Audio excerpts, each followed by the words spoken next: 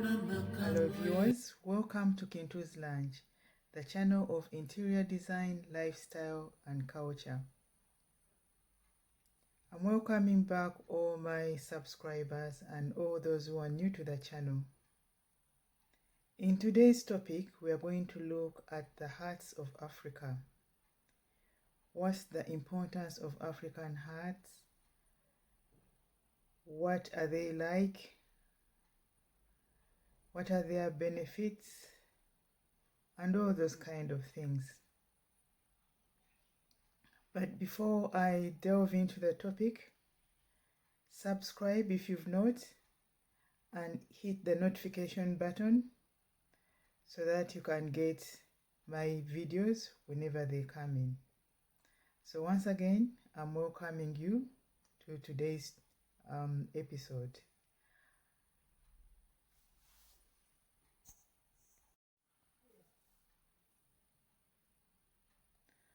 Huts have been constructed for thousands of years in Africa. The roofs are thatched with grass and the walls are made out of plastered clay, mud, cow dung and grass, as well as cement in these modern times. The huts have different names in various languages. They can be different in shape, size, depending on the region in which they are built, and they can be made for different purposes. Let's look at some of the local names of huts in different various African countries. In Angola, they are called Bukushu, Dumela in Botswana, in Sisla in Uganda, in Luganda, Gojo in Ethiopia, Itambi in Kenya, and Mokoro in Lesotho, and Rondaville in South Africa. Huts are simple in construction, and huts are the hallmark of a definitive architectural ingenuity.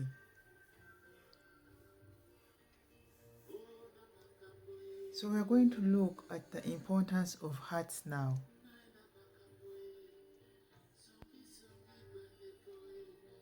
According to Joseph Waweru Kameja, a Kenyan author, circles are very important in African cosmology. They represent continuity and connectedness. Circles teaches us interdependence as expressed in the African philosophy of Ubuntu, which is the belief that you become human in the midst of others, and also that all of nature is interconnected.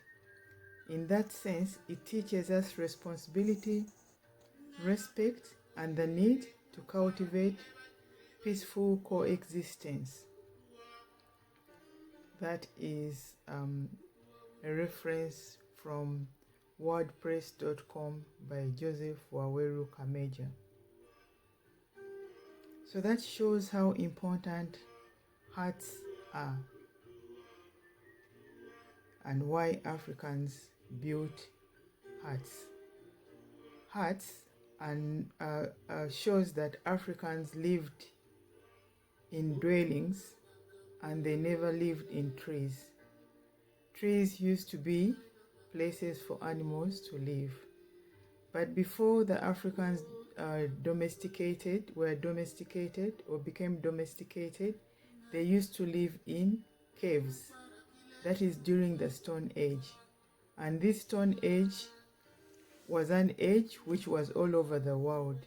You find even in Europe, people lived in caves in the medieval times. So that was the same with Africa. So we need to dispel that saying going around of people wondering if Africans lived in trees. Africans never lived in trees. trees are places for animals. Okay, so let's continue with the huts. Building huts in the olden days, people used to do that so that they can have that sense of connectedness. Then they can have that communal sense. One hut would belong to a member of a family, from father to children and other relatives surrounding in the home or in the whole homestead. And they used to do things together. They would eat and drink together in that circle of environment, because everything was just around. Everyone was around each other. So huts were very important, and even up to today, huts are very important in that sense. They bring that unity.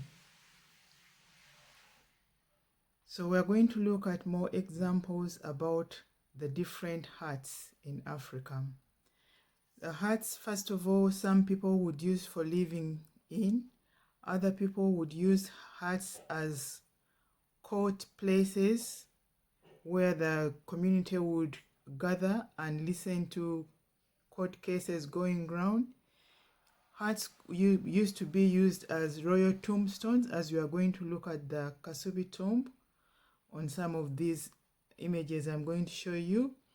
And also in the Buganda culture, huts were also used as part of the king's palace, where he used to meet his people. So I'm going to show you those images now.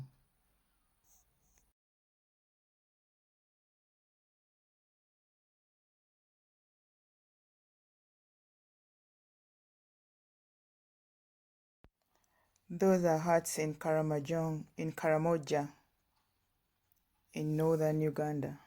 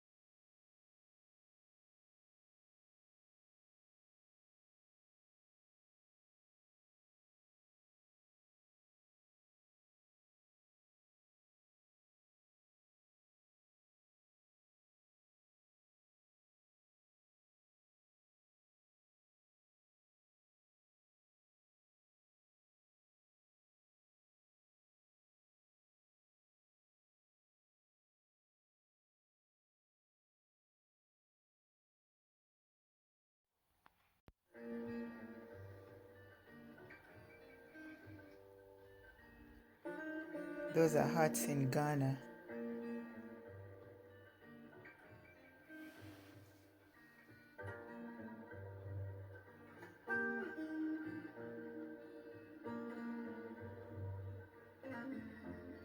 The cone-shaped hut is somewhere from West Africa.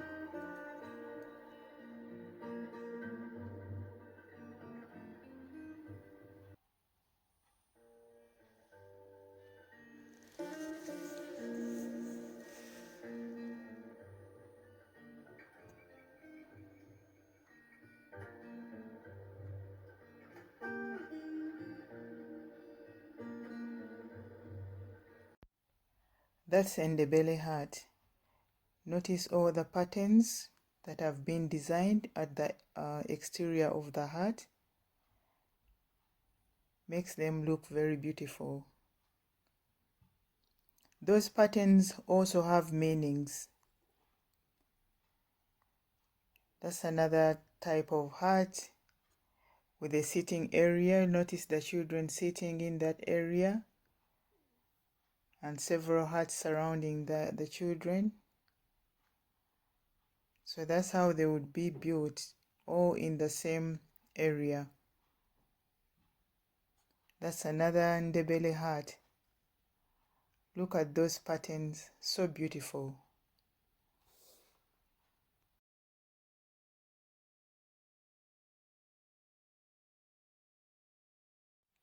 That's a Buganda Kingdom palace pre-colonial time. The king was talking to his subjects.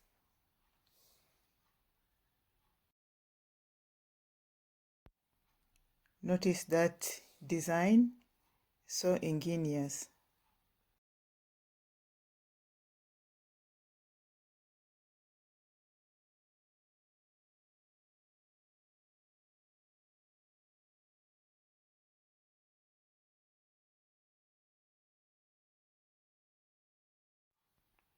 That's a hut in Kenya.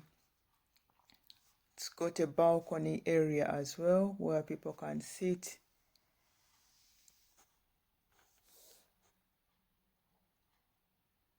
Times have changed. You find that modern huts are now much better looking and much more stronger. In many ways, modernization has changed the face of Africa. However, the African hut has survived modernity and stood the test of times. It is said that the huts are a cornerstone of African Renaissance that was inspired by what is arguably Africa's most dazzling human creation, the Egyptian pyramid. That's a Lesotho hut building in Lesotho.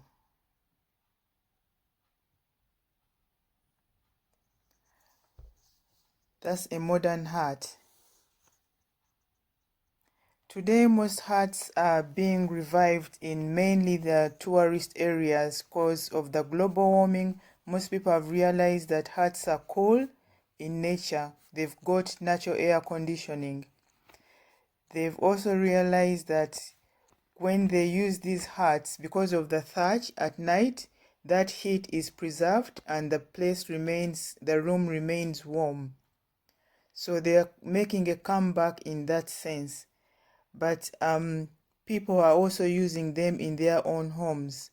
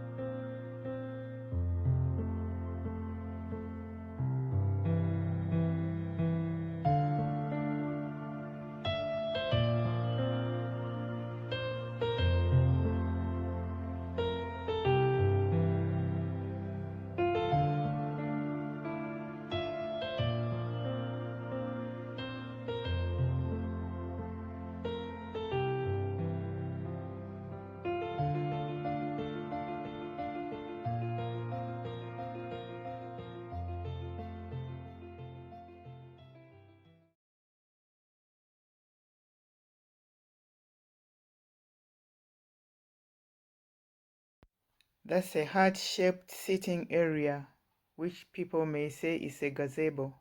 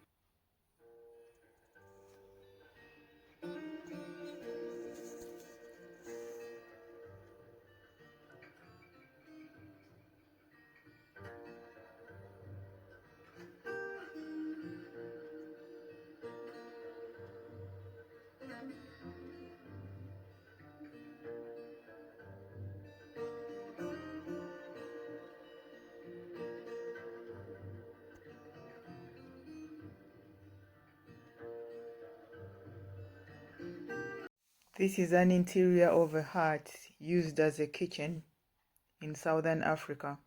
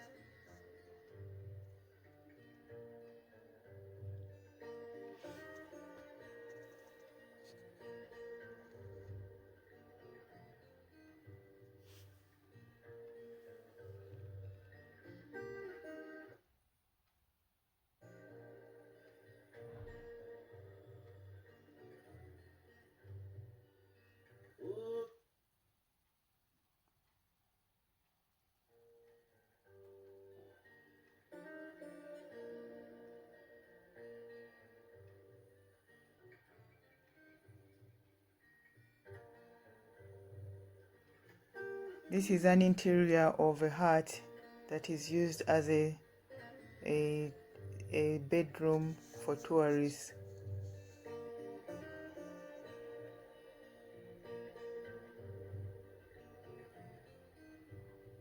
And a Maasai hut interior.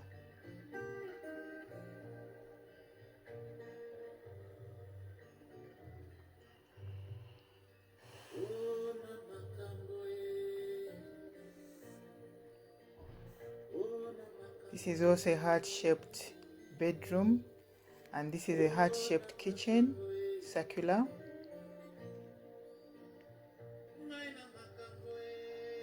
And this is another interior of a hotel or lodge for people to come and stay in a heart-shaped.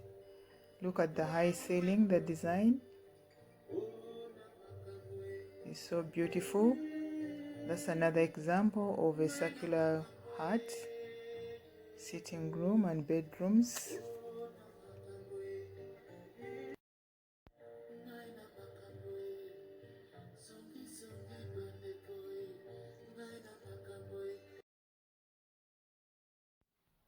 The Kasubi tombs of Uganda, where the Baganda kings are buried, is such an architectural masterpiece built in 1884.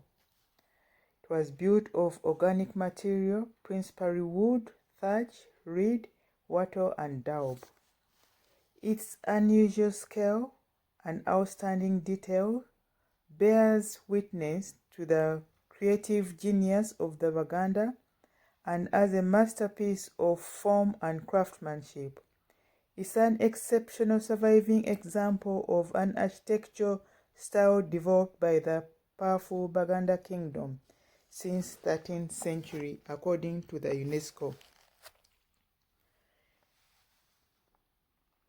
The interior is designed to replicate a sacred forest.